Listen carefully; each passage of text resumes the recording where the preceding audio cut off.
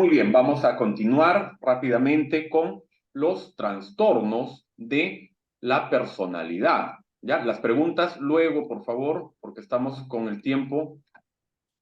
Ya. Muy bien. Vamos a continuar con trastornos de la personalidad. Bien. Muy bien. Habíamos dicho, Miriam Morales, tu audio, por favor, apágalo. Yo no entiendo hasta ahora por qué no apagan audios. Yo no me entra en la cabeza por qué no apagan audios. Roberto Dávila, por lo consiguiente.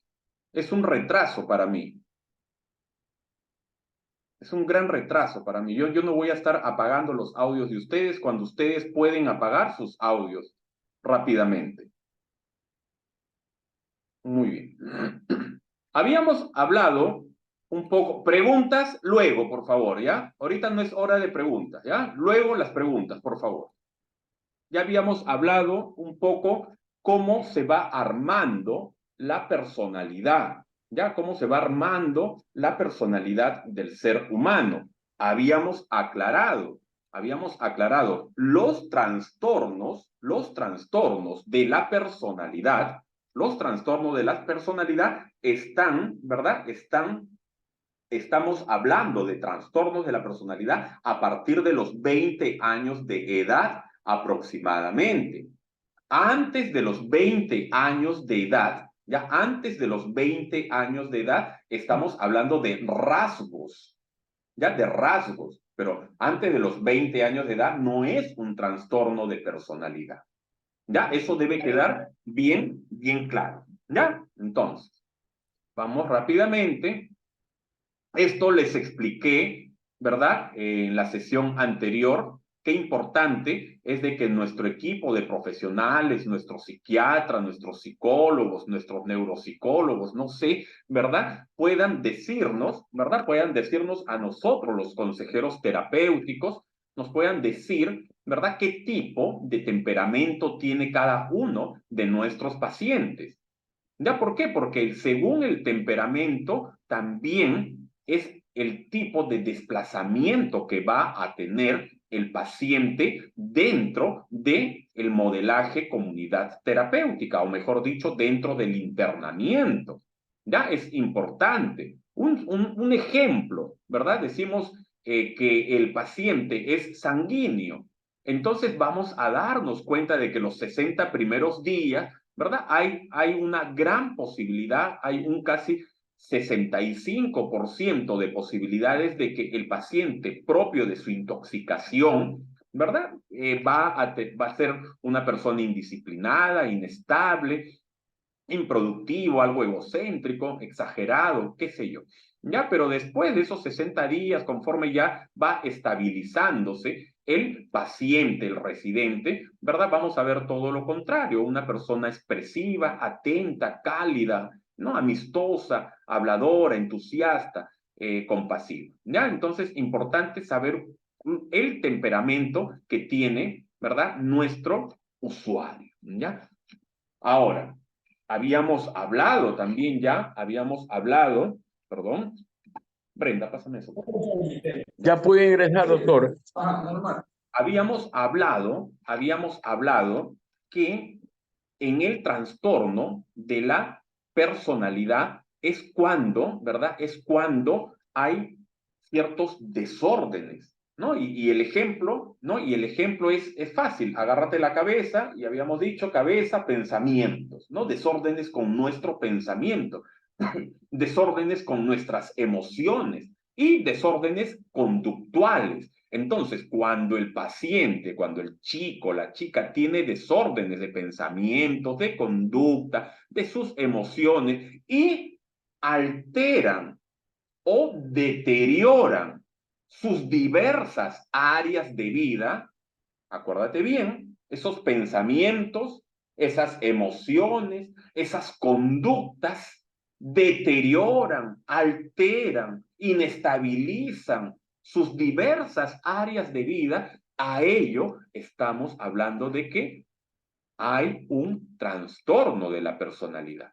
Habíamos hablado de que hay grupo A, B y C con relación a los trastornos de la personalidad. En el grupo A habíamos hablado del trastorno de la personalidad paranoide. Ya les definí muy bien, ¿no?, qué es el trastorno de la personalidad paranoide, ¿verdad? También, ¿verdad? También se les dijo, ¿verdad? Se les enunció, ¿no?, el trastorno esquizoide de la personalidad, ¿verdad? ¿Quién es? ¿Cómo es? ¿Cómo es? ¿Qué características? ¿Qué síntomas? ¿No? Tiene la persona, ¿no?, que tiene trastorno esquizoide de la personalidad. Eso lo vimos la semana pasada o en la sesión pasada, ¿verdad? Habíamos hablado sobre el trastorno esquizotípico de la personalidad, ¿verdad? Se les presentó ejemplos, ¿verdad? Hablamos mucho sobre este trastorno esquizotípico de la personalidad, ¿verdad? Y ahora vámonos al grupo B, ¿verdad? Y en el grupo B, ¿qué es lo que vamos a encontrar, chicos? Presten muy bien atención. ¿Por qué? ¿Por qué? Porque en los estudios, en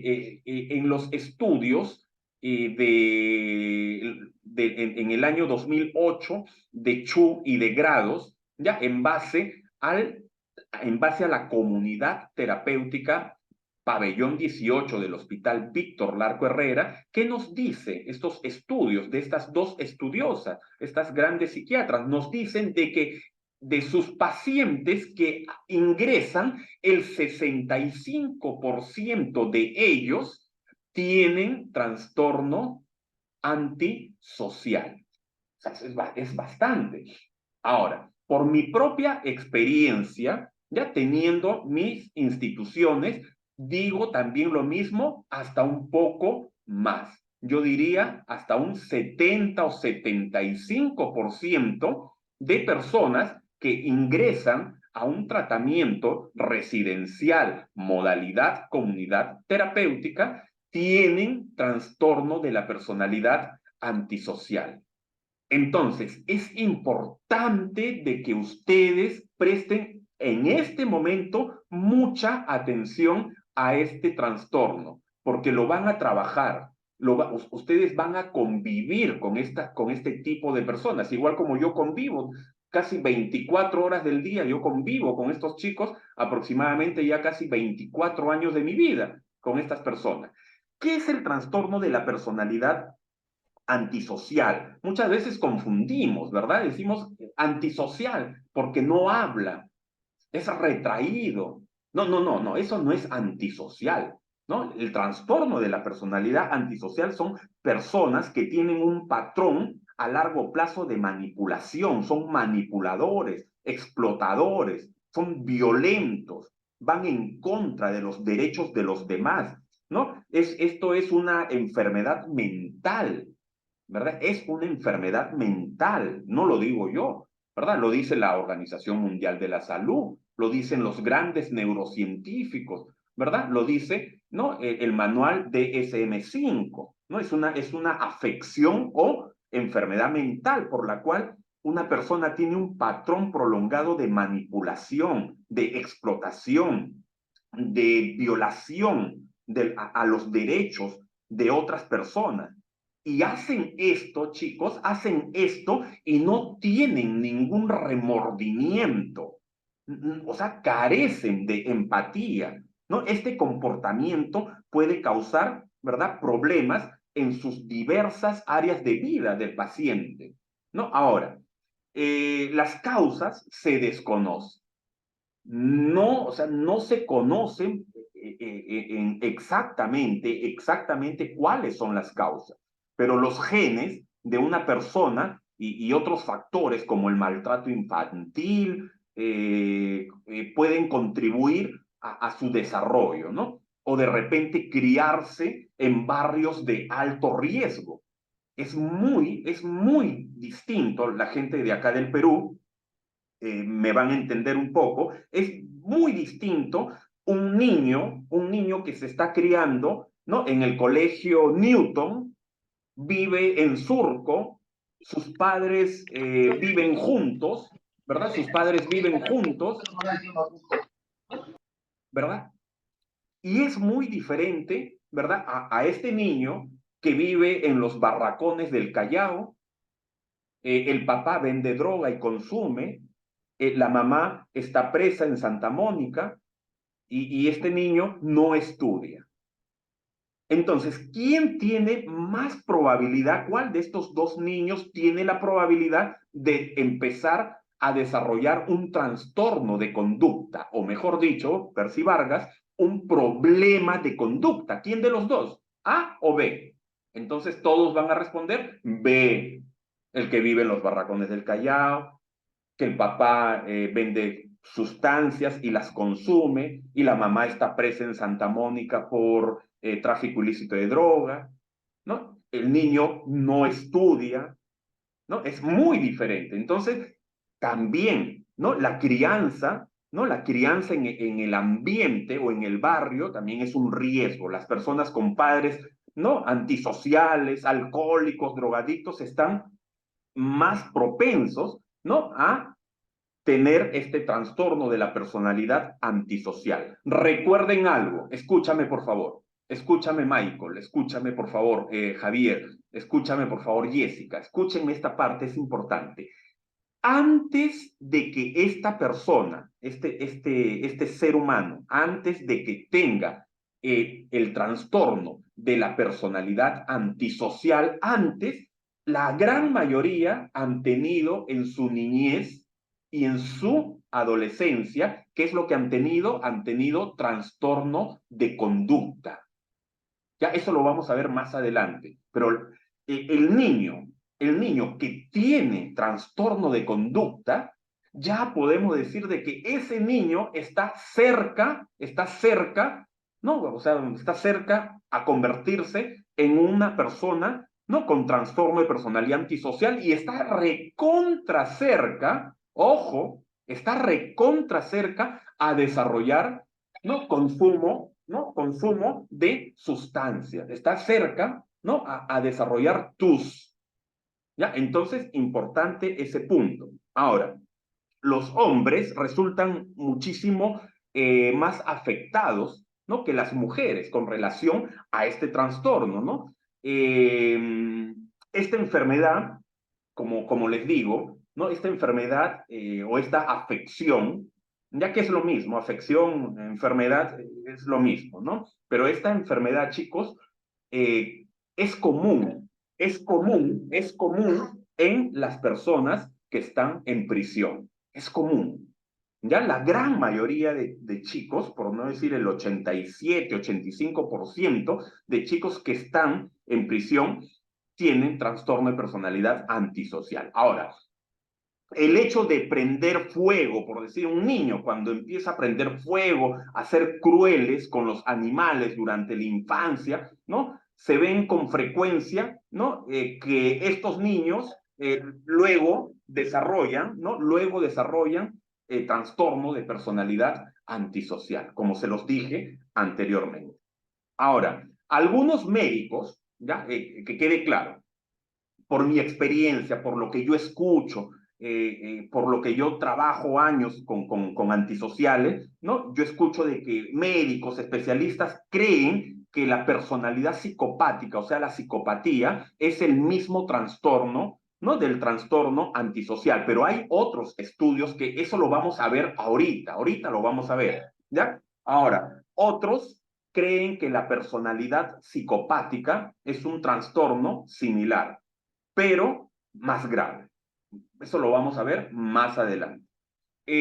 Una persona con trastorno de la personalidad antisocial puede ser capaz de actuar jovialmente, encantadoramente, ¿no? Ser buena persona alabando a los demás, manipula las emociones de otras personas, tienen la tendencia, como les dije, de quebrar la ley constantemente, descuidan, ¿no? Yo me he dado cuenta en estos años que ellos descuidan su propia seguridad y la de los demás, ¿no? Tienen problemas, la gran mayoría de estos chicos tienen problemas con el consumo de drogas, mienten, roban, no tienen empatía, son bien fríos, son calculadores, pelean con frecuencia, no muestran culpa, remordimiento, hay, como se lo digo, hay frialdad, y lo peor de todo, ¿no? De que no aprenden, o sea, son chicos que no aprenden la lección, ¿no? Y están a menudo, paran enojados, son enojones, muy arrogantes. Iván Sisú, buenas noches, gracias por venir, te escuchamos. Doctor Rocío, una pregunta. Desde tu perspectiva, desde tu experiencia, el trastorno de personalidad antisocial tiene rehabilitación. ¿No tiene qué? Disculpa. Rehabilitación. Sí, eso lo vamos a ver acá. Mira, acá. Cuando aprendamos qué es la psicopatización primaria y la psicopatización secundaria. Siempre nosotros agarramos y decimos, pero este paciente ya tiene, este es su séptimo internamiento y sale, se reinserta, vuelve a consumir y vuelve a ingresar nuevamente a la comunidad terapéutica, al centro de rehabilitación. No cambia, no cambia. Ya, ahora vas a aprender por qué no cambia. Porque hay una psicopatización primaria o hay una psicopatización secundaria. Eso lo vamos a aprender. Ya es importante eso, pero de que se rehabiliten estos chicos, sí, sí se pueden rehabilitar. Sí, hay muchos chicos que se rehabilitan, salen adelante. ¿Ok? Roberto Enríquez, buenas noches, te escuchamos. Buenas noches, doctor. Más que preguntarle, pedirle disculpas porque antes que yo le conversé sobre lo de Alejandro, me olvidé humanamente. Soy Ya, humano, no me te preocupes, no equivoqué, te me preocupes. olvidé de cerrar el micrófono y fue un ruido de la calle lo que entró. Yo no Ya, hablé, no fue te un ruido de la preocupes, calle el que no te entró. Así que preocupes, no mil te preocupes. disculpas, ¿sí? Ya, no te Mil preocupes. disculpas. Listo, continuamos.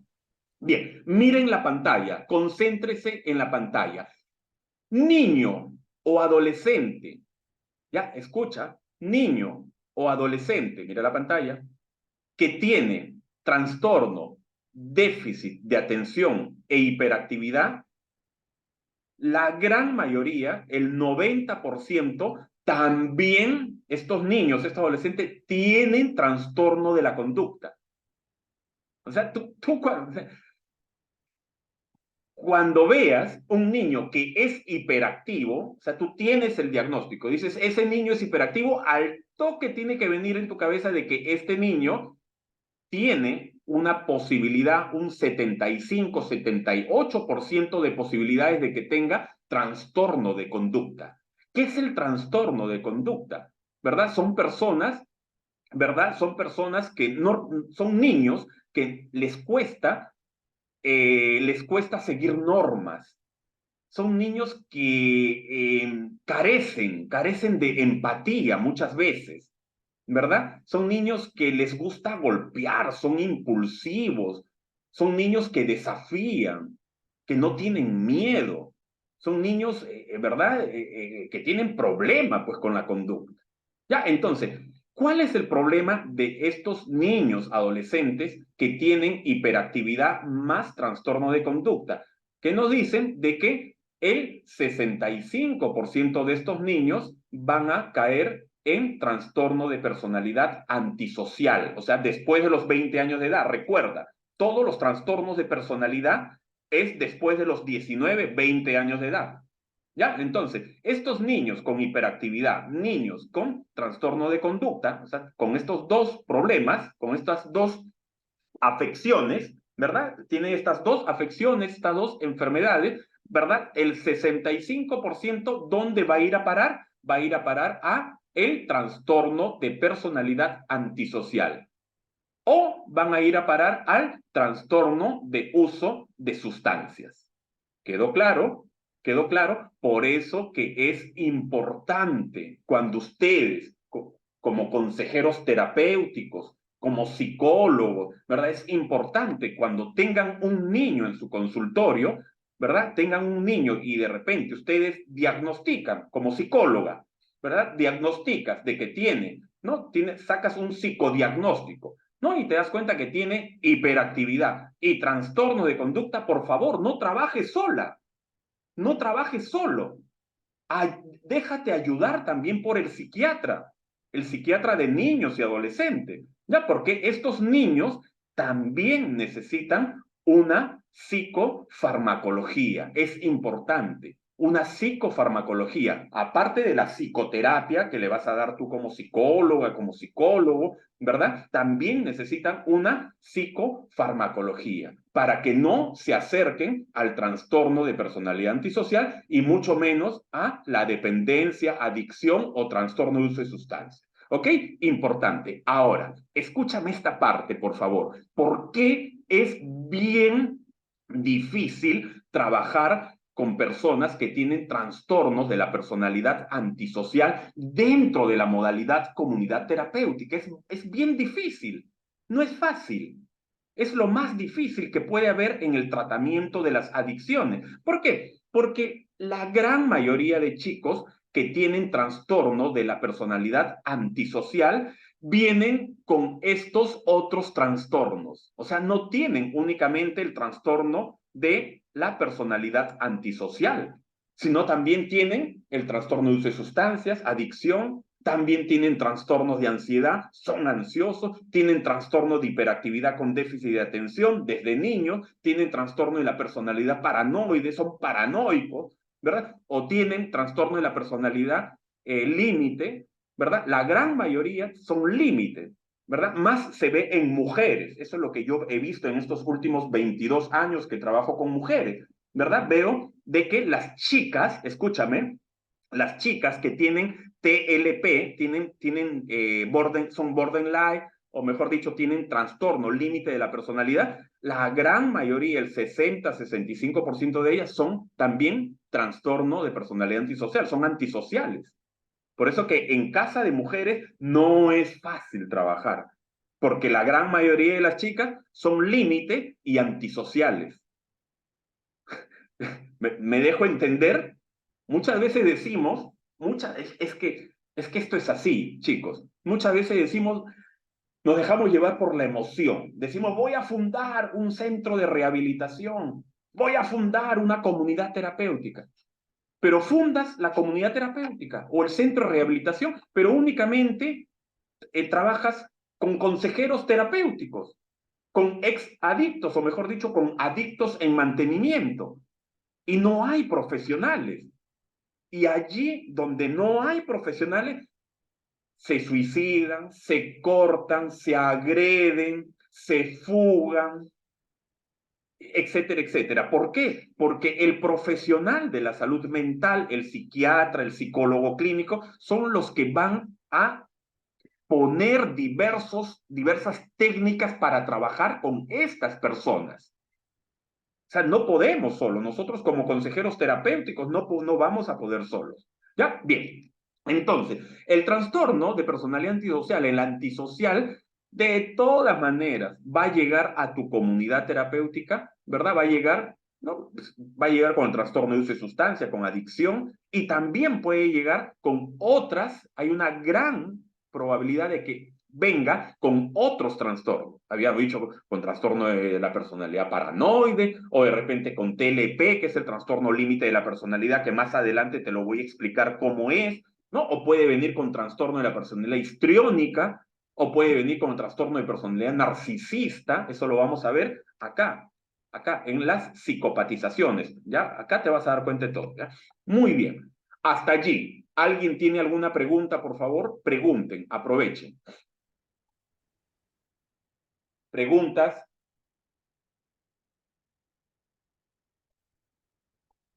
Muy bien. Excelente. Muy bien. Ahora, mira esto. ¿Qué nos dice? Ya que nos dice los estudios de este gran especialista Milon, ¿no? Milon hizo un estudio en la Universidad de Stanford en el año 1996, ¿verdad? Y Milon nos dice de que hay tipos de psicopatía, ¿no? Tipo de psicopatización. Entonces tenemos la psicopatización primaria y tenemos la psicopatización secundaria. Mira, la psicopatización primaria, esto es que la persona nació así, ya tiene ese microchip de ser psicópata. Ese ya nació así. Él ya nació así. doctor Río Frío o hermano Río Frío, y cambian, estos no cambian. ¿No? El que tiene psicopatización primaria, el psicópata primario, este no cambia, no cambia. Ingresa a prisión, sale, vuelve a reincidir, ingresa nuevamente a prisión, sale, vuelve a ingresar a prisión, ingresa a la comunidad terapéutica, sale, pasan 15 días o una semana, nuevamente se va a drogar, consume, se intoxica, regresa a la comunidad terapéutica y así está, toda su vida, toda su vida. ¿Y cuál es la característica de la psicopatización primaria? De que no aprenden la lección, pero su intensidad, escucha, su intensidad de impulsividad baja un poco al pasar los años. ¿Ya? Baja un poco al pasar los años. Es más impulsivo a los 30, 35, 40, pero ya cuando llega a los 60, 65 ya su nivel de impulsividad baja un poco. Ahora, la psicopatización primaria, ¿verdad? La persona ya nació así, ya vino de fábrica así. O sea, es genética, ¿ya? Esto es genética, ¿ya? Ya son personas que tienen baja ansiedad. Esa es una gran ventaja en el psicópata primario, ¿ya? En la psicopatización primaria, tienen baja ansiedad, ¿ya? Ahora, ellos ya nacen con deterioros o con un deterioro en el lóbulo frontal, ¿ya? Ahora, el lóbulo frontal, escucha, por favor, el lóbulo frontal, ¿verdad? Es para tomar decisiones, para el control de los impulsos, ¿verdad? Control de impulsos, para la empatía, ¿verdad? La empatía, ¿ya? Pero ellos ya nacieron con desórdenes, o sea, con un desorden, un deterioro orgánico. Y ese deterioro orgánico es en el lóbulo frontal. Esto ya está comprobado por neurociencia, ¿no? Esto está comprobado por Milon desde el año 1996, ¿no? Entonces, ahora, esta psicopatización primaria, ¿ya? Este psicópata puede ser psicópata criminal o puede ser psicópata integrado, ¿ya? Ahora, tú me dices, Doc, ¿y qué es el psicópata criminal? El psicópata criminal es el que te mata en serie, y tiene una gran ventaja. Si tiene la psicopatización primaria, tiene una gran ventaja de que el psicópata criminal, como hace baja ansiedad, muchas veces pasa desapercibido, ¿no? Muchas veces le creen la mentira, ¿no? Pero para eso, ¿verdad? Hay muy buenos, ¿no? Psicólogos, ¿no? Forenses, ¿no? Especialistas y bueno, logran detectar, ¿no? Que mataron, ¿no? O que organizaron actos delictivos, qué sé yo. El psicópata integrado. ¿Qué es el psicópata integrado? El psicópata integrado, escucha, es aquel individuo que siendo un psicópata es capaz de pasar desapercibido, ¿no? Oculta sus rasgos más habituales, ¿no? Sin caer en la criminalidad extrema. ¿Ya? El psicópata integrado es todo lo contrario del criminal. Este ha nacido para ser criminal, ¿no? El psicópata criminal nació para matar, pero el psicópata integrado es todo lo contrario, ¿no? Es todo lo contrario. Ahora, suelen causar el mal, ¿no? A niveles inferiores a comparación del psicópata criminal, ¿no? Ahora, el perfil del psicópata integrado es muy común en la sociedad y no es fácil de identificarlo, ¿no? La característica más relevante de este perfil es su carencia de sentimientos, de empatía, ¿no? Ellos pueden comprender, es lo que yo me he dado cuenta, que pueden comprender las emociones de otro, pero es incapaz, no es incapaz de ponerse en el lugar del otro. Ya, ahora, usa mucho la manipulación, ejerce el dominio, ya que manipula a las personas y las ve como medios para alcanzar sus propios fines. Ya no suelen ser violentos. Ahora, vamos rápidamente acá a esto, quiero que veas, ¿ya? ¿Por qué? Porque es importante. El psicópata criminal, si tú detectas de que tu paciente es antisocial, mira acá, es antisocial, tiene psicopatía primaria, entonces, ¿cambiará? ¿Qué es que cambiará? Solamente un milagro de Dios, Percy Vargas, un milagro de Dios. Pero, ¿cambiará? Difícil. Entonces, al contrario, te puede traer grandes problemas dentro del centro, dentro de la comunidad, te puede traer grandes problemas. Entonces, mejor que haga tratamiento ambulatorio, ¿no? ¿No? En un hospital, en el Hospital Arco Herrera, Hermilio Valdizán, en Noguchi, en el Mogrovejo, qué sé yo, que haga tratamiento ambulatorio. ¿Ya? Acá hay una buena pregunta. Roberto Enríquez, buenas noches. Gracias por venir, Roberto. Te escuchamos. Pero una pregunta, ¿puede darse el caso de una mezcla, o sea, de que haya un psicópata criminal integrado? No, porque una de dos, Roberto, que te quede claro. La psicopatización primaria, ya sabemos. ¿Quién es el psicópata primario? Es el que nació para ser malo, para ser frío, para ser calculador. Ese ya nació. Es diferente a la psicopatización secundaria, que ahorita te lo voy a explicar. ¿No? La psicopatización primaria, ese ya nació para ser así, para ser malo. Nació para estafar, nació para matar. Ya, ahora, esta psicopatización primaria puede ser que sea el psicópata criminal o integrado. Uno de dos. No hay mixto. No hay mixto. El integrado, ¿ya? El integrado, como se dice, ¿verdad? No va a ser criminal, pero muchas veces organizan. Son cerebros. ¿Para qué? Para que otros maten. ¿Me dejó entender? ¿Ya? ¿Me dejo entender? ¿Ya? Porque tienen esa capacidad, el psicópata primario tiene muchos de ellos, ¿no? ¿Verdad? Se les ha hecho estudios, ¿verdad? Yo cuando trabajaba en el Urigancho, que es un penal acá en el Perú, ¿no? Se hizo un estudio, ¿verdad? Y muchos arrojaban coeficientes intelectuales altos. Imagínate, coeficientes intelectuales altos. ¿Ya? Muy bien.